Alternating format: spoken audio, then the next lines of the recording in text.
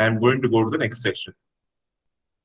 Now we are going to use bar chart, and I am going to use array of text to indicate how I am going to integrate text into my plot. See here, usually x-axis will be numbers, y-axis will also be numbers, right? But if I want to change the x-axis to text rather than numbers, we are going to learn that. Conventionally, all the graphs, whatever you plot, x and y will be numerical in nature, right? But there is an option in MATLAB to change the numbers to text. See here, it is 1, 2, 3, 4. Also, you can have Jan, April, July, October also.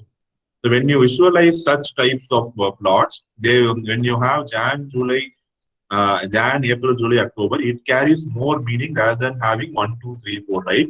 So MATLAB provides that option also to replace the numbers with text. Okay, so for that you need to have a single vector array, and you have to pass this as argument to your plot. So if we do that, you can have text in the place of numbers in your plot. So we are going to see that now. See, I am not showing any PowerPoint. I am not running the code which is already existing. We are writing the code live and we are executing them, and you are seeing the output live on the screen. Okay, this is not written and pre-written and kept anywhere. We are doing it live on MathWorks website. Okay, I am doing this just to make sure that you have a live feeling of how the code is run in the MATLAB editor window. So see the task here: create a vector.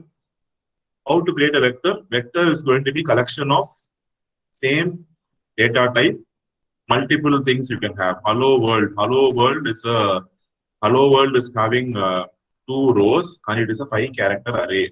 For example, if you copy and paste this, and if you type push, I run this section. See here the same thing, 2, 5. See here same thing, 2, 5. It is a character array. So it has array of characters. In MATLAB, you don't have something called a string. We call it as array of characters. We don't specifically call that as a string. Usually, see in other languages, when we have multiple characters, when you have more than one character, you call it as a string, right? But in MATLAB, even though you have multiple characters, you call it as an array of characters, and you don't specifically use the term string. So be clear on that. Now see here, create the following character array and you name it as Q. Okay, so Q is equal to,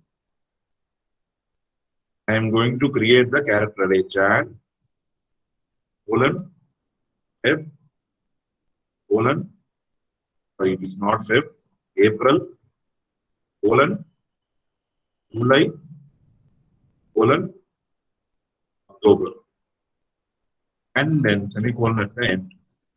And I'm saying push. I'm going to run this section now. Clear? So you have a 4x3 array.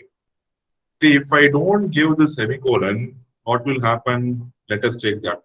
What is the use of giving the semicolon? Assume I'm not giving semicolon in between. Okay, so we'll see what is going to be the output. I'm removing the semicolon. Okay, and I'm commenting the first line. See what is the output if I run this. If I don't give the semicolon, you see it is taken as 1 into 12 character array. It is taking everything as a single character. So Jan, April, if I display Q, see how Q will be displayed. If I display Q, what answer you get? See, all are coming together. Able to understand, without this semicolon, everything will be considered as a single complete character array. So this is wrong. So what is required is I need to have difference between if I run this now, you can see Jan, separate Jan, April, July, October. So it is going to have 4 rows and each character represents a column. So 4 rows and 3 columns. So we'll submit here and see if the answer is correct. Yes.